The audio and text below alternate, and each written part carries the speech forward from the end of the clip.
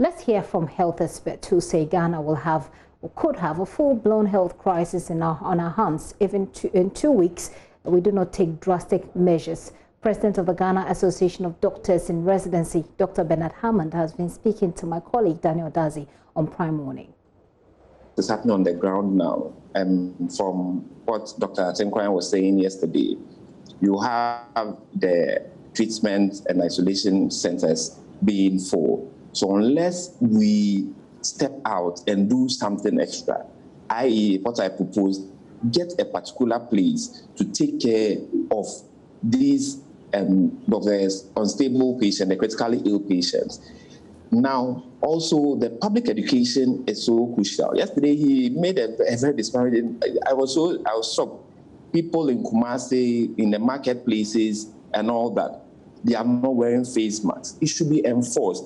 And the hand hygiene, social distancing protocols, we should push it. It should be enforced. And also look at the PPEs. As he said, 2 weeks is enough time. We can turn things around when we now start being proactive. Instead of waiting for it to hit us, then we'll start scrambling. What can we do? What can we do? So that's Dr. Hammond there. He's not alone in this warning. Here is health fellow with the Center for Democratic Development, CDD, Kwame Sapon-Esiedu, also speaking on the same show. The quality of care because of the relatively high COVID cases to doctor ratio. And the fact that if you heard Dr. Hammond, he was saying that a lot of the facilities do not have the specialist critical care capabilities that Komfanoche has. So those two things are an issue if Komfanoche doesn't have enough beds. Because I did say last Monday that for every part of the world, this disease has shown that between 5 and 10% of all their cases would require some high level of care, out of which about 2 to 3% would require serious critical care. So if you're looking at Ashanti's 2,300 cases, right, you should expect that around 200 of them would require some form of care. I think as clinicians, we should look at interrogating the fact that it could be from the quality of care. So that's the warning coming up this afternoon, and most of the health experts have warned actually earlier. Let's go to the Kolebu Teaching Hospital, which we understand is struggling to find space to keep new COVID patients after exhausting all 8 beds dedicated to management of this infection. The country is currently recording increasing cases of severe coronavirus infections that's requiring hospitalization, as you may well be aware of.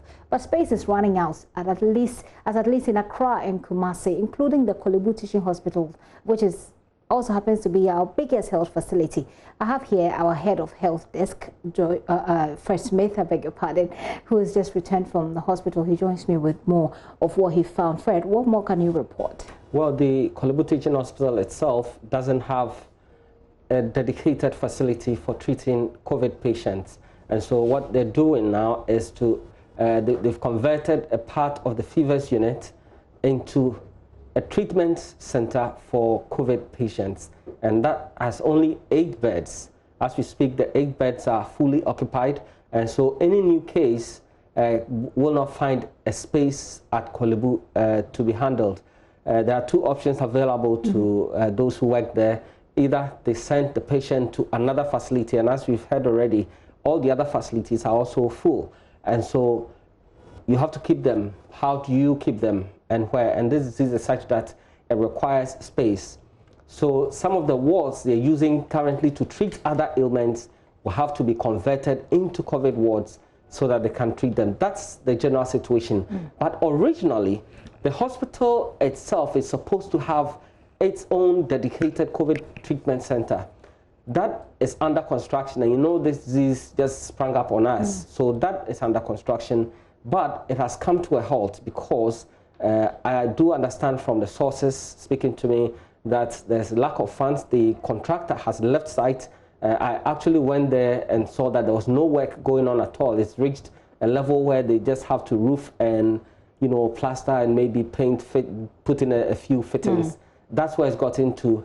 Nothing is happening as we speak, and also it is because there is no money. If we had that, we'll have about 44 to 45 beds, which can also accommodate some more numbers in terms of this management of the COVID situation. And so that is creating a certain problem for the hospital, and people who work there are very, very unhappy about the situation because it puts their lives at risk also. Exactly, and it unnecessarily exposes them, if you like, overexposes them. And that brings to mind, Press Smith, the issue about the fact that we're now beginning to experience people who are infected to the extent that they need hospitalization, Indeed. Which means that this is just the beginning. And that's why the health experts are warning that we should expect a full-blown health crisis if we don't tackle this properly. We had the Director of Public Health at the Ghana Health Service, Dr. Bedusa Kodia, explain today that we are not seeing, there's no evidence to suggest that the virus is changing in character. That is to say, it is mutating. But on the ground, and we know the experts at the University of Ghana researching into this, those who did the sequencing, have been able to conclude that indeed the virus has mutated. It's just the extent to which it has mutated that we're looking at. And so if it has, it will explain why our situation, we're beginning to get some more critical cases than we used to, because we are told by the Ghana Health Service itself that a majority of those who are contracting the virus now show symptoms and require hospital attention. And so we need to pay attention to that. And if that's the situation, maybe the isolation centers may now have to be converted. And you know, for every treatment center, you'd need a number of items, the ventilator, so many other medical supplies to be put in there. It is much more expensive to set up the treatment center than, and you also need personnel. And we know majority of our,